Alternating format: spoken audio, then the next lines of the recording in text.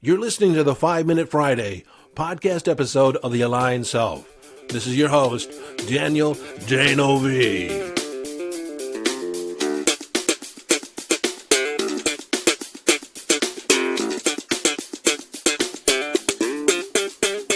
Okay, 5-Minute Friday, a short and concise podcast episode of The Aligned Self, designed to leave you with a question, an idea, a strategy, a tip, a hack, in order to give you greater access to your conscious awareness, evolving your conscious awareness, or give you greater mastery over your mind. Hello, friend, and welcome into this 5-Minute Friday.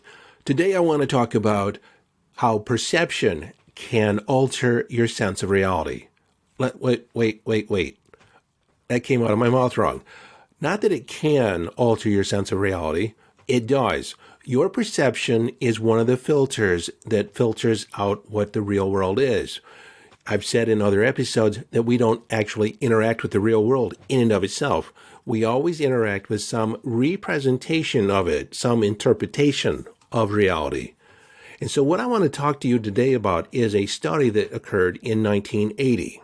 It took place at Dartmouth University and instigated by sociologist, professor, and researcher Robert E. Kleck. The study had 24 women in the program. Each of them were taken individually into a room and makeup was applied, theatrical makeup in the form of a scar. They actually had a scar applied to their face. Well, there's no mirrors in this room, and after the makeup was applied, the women were given a handheld mirror to look at the scar, look at the disfiguration on their face. And then they were asked, if someone didn't know that this was simply theatrical makeup, if they thought it was a real scar, a real disfiguration, how much do you think it would impact your social interactions with other people? Most of them said if it was family, it would not impact their relationship with them. But strangers, on a scale from 1 to 5, the participants felt that it landed right about 3.8, or almost 4 out of 5, heavily weighted that it would impact your interactions with strangers, that they might be disgusted, or they might be offended, or they might be, just show some type of bias in the exchange. Well, after they revealed what they felt the impact would be, they gave up the mirror and they began to be led out of the room. And the makeup artist said, wait, just a minute, I need to touch this up just a little bit. And so they sat back down, and instead of touching it up, the makeup artist removed the scar. And so they were led out of the room, into the interview, into the exchange. And then when they came back, every one of the women reported that they were definitely biased, that it really impacted their exchange with other people. Sometimes people had too much eye contact. They could not look away. Other times they could not look them in the eye. They kept averting their gaze. And then other women said that there were specific things said that definitely insinuated that having the scar was a problem. According to the women, of course these people were too polite to say anything directly. They were interpreting the nonverbal communication. They were interpreting their behavior.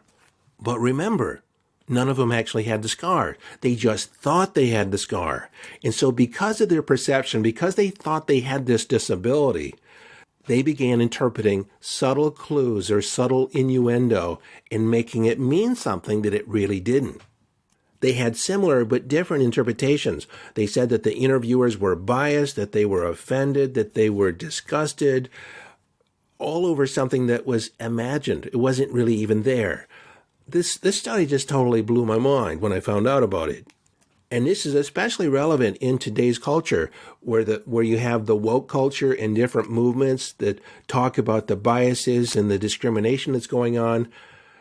They're perpetuating a victim mentality, that because you are in a particular demographic, then you are automatically faced with a certain amount of bias.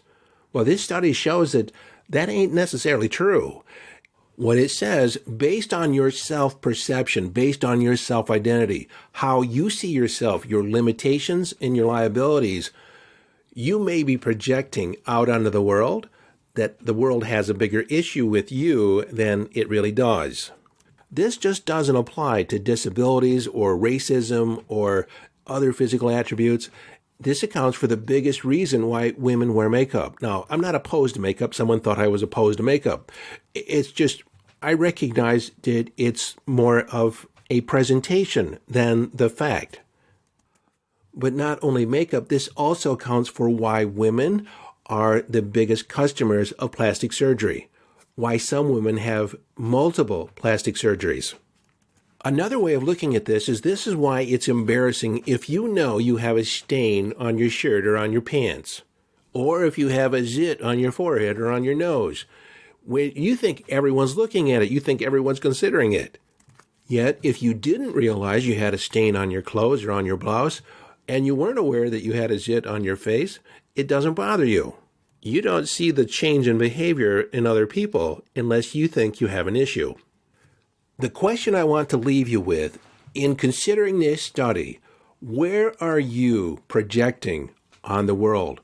Where are you taking offense where there is no offense implied? When I work with clients on the subpersonality level, where there is a feeling that you are somehow different, either racially or physically, there is a separation. There is a subpersonality that is in there that is perceiving the world from a perspective of I'm different and everybody notices. I'm not like everybody else. So investigate, where are you projecting onto others? What assumptions are you making that other people are doing on your behalf? I'm really curious what your answers are. If this is meaningful to you, if this makes sense to you, send me a message. Go to yesdaniel.com and go to the comment section and send me an email. I want to hear your side of it. I want to hear your perspective.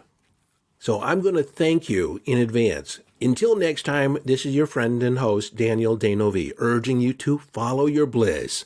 Live your life from inner signals. Be inner directed as you engage in the epic adventure.